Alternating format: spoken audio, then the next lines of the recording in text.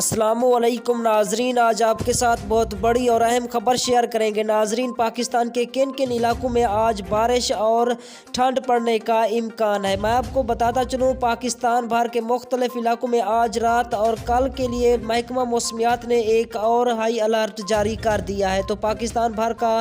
آج اور کل موسم کیسا رہے گا، میں آپ کو اس حوالے سے مکمل تفصیل سے آگاہ کرنے والا ہوں اس چھوٹی سی ویڈیو میں۔ دوستو، اس سے پہلے اس ویڈیو کو لائک کر کے اگر آپ اس چینل پر نیو ہیں تو اس چینل کو سبسکرائب کر کے ساتھ دیے بیل آئیکن کو آل پر ضرور کلک کر دیں تاکہ ہر